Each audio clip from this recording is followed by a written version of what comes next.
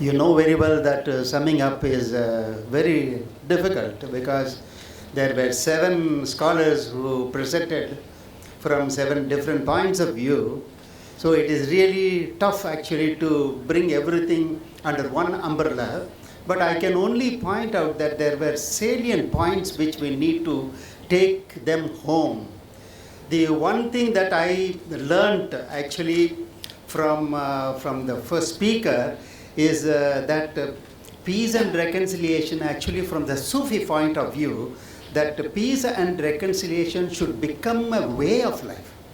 Not necessarily as a spiritual way of life, but a way of life, so that when we deal with material good, peace and reconciliation is there in our hearts, in our minds, in our background. That is one of the most important things that I have learned actually from this. What is really important is, of course, there are several stages towards enlightenment, but this discerning knowledge is very, very necessary. The discerning knowledge is the one that really leads people from base and to a kind of an ultimate way of dealing with anything. So, a discerning knowledge, or to be wise, is really important actually how to deal with this material world to bring about peace as well as reconciliation. And the third thing is I found that our elderly brother, he was saying that worship and realization, these are very, very important actually if you want to really bring about peace and reconciliation. And I found that the person from Sri Lanka, very interesting answers, and then so much of information that he has got to tell us, connecting both the countries, India as well as Sri Lanka, giving us the kind of a para religious elements actually that really go between these two countries, including Subramania and the worship of Subramania and all those things. These are very, very interesting items that I found out. And then there was a pertinent comment, which is a very sensitive comment, but of course raised by Professor Indra. That comment was, you see, in India, there is some kind of a negative opinion being created in the context of the recent conflicts, and then people are not very happy about how Buddhist monks even can oppose and then support this kind of killing and all those things. Of course, if you go and see, even now there are groups like the kind of radical groups like the Bodhubala Sena in Sri Lanka. He is not here, otherwise he would support what I am trying to say. There are a number of people. Even devils can quote the Bible.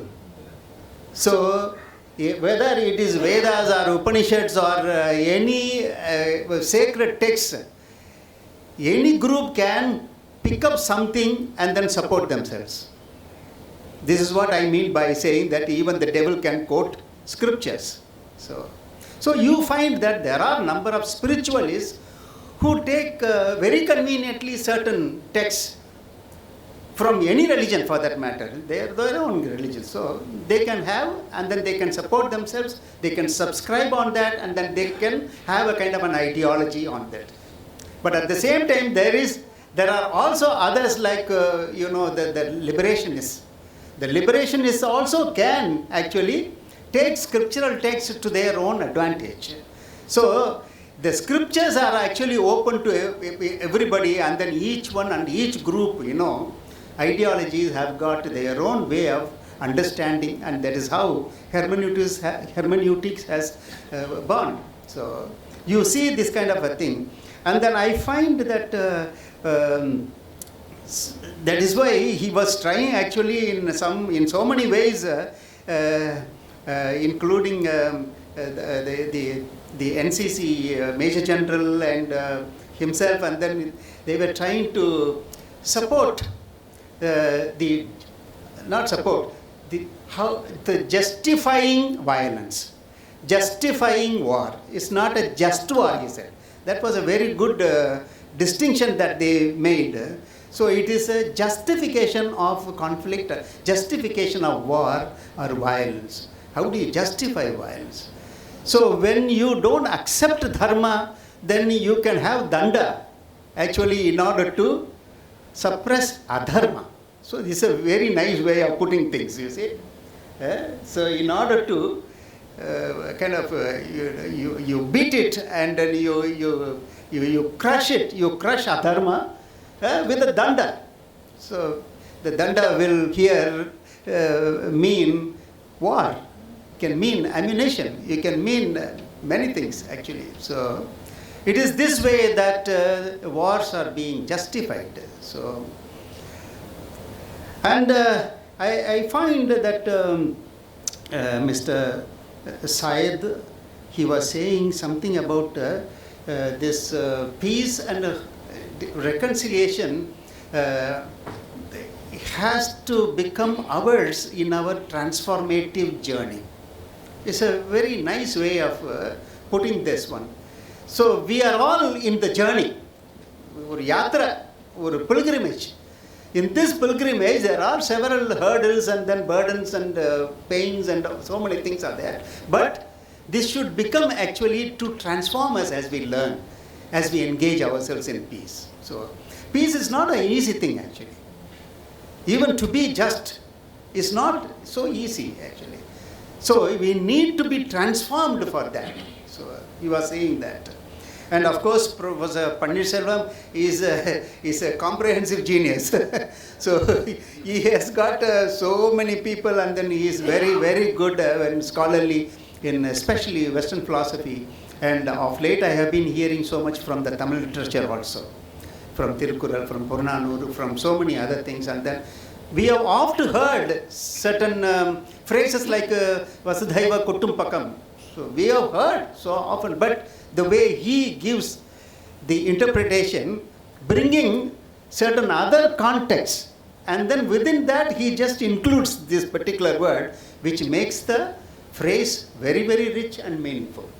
So I find that, taking Levinas, Derrida, Habermas, and I always enjoy one thing. That is, he said one thing, as being said by I think Levinas. So to be a human, I would say, to be a human is to be the other. To be a human, I'm just extending it, what you said. To be a human is to be the other. It is here, hospitality means rich. There is something very rich in the meaning of what we give by hospitality. Hospitality is, that is already you are out. You are not restricting yourself within a small round, but you are just outside already. So it is not yourself. So this is what I also felt like a decentering. He was also mentioning that. You are coming out of your own center. Na aham. That's all. Na aham. So this is a very interesting element that he was also mentioning. And so many other things. Peace is equality, peace is cooperation, peace is... You can always add many other virtues and values in this one. And finally, my friend here, I was so happy because in the morning itself I made a comment on, in these international peace and reconciliation conferences, in every time we have got some certain newness, and some newness is there being added.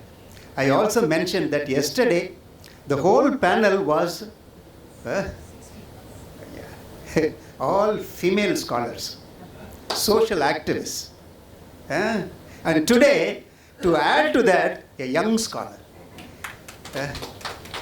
I really, my pronouns to you, my dear. Waker, no? Waker, Lee Waker. What's your name? Brent Lee. Okay. So I was so taken up, the one sentence that he made really touched me. Even before any legislation in India was made on equality, Swami Ramanuja made it. That is something very, very great. That the way that you put it is really great.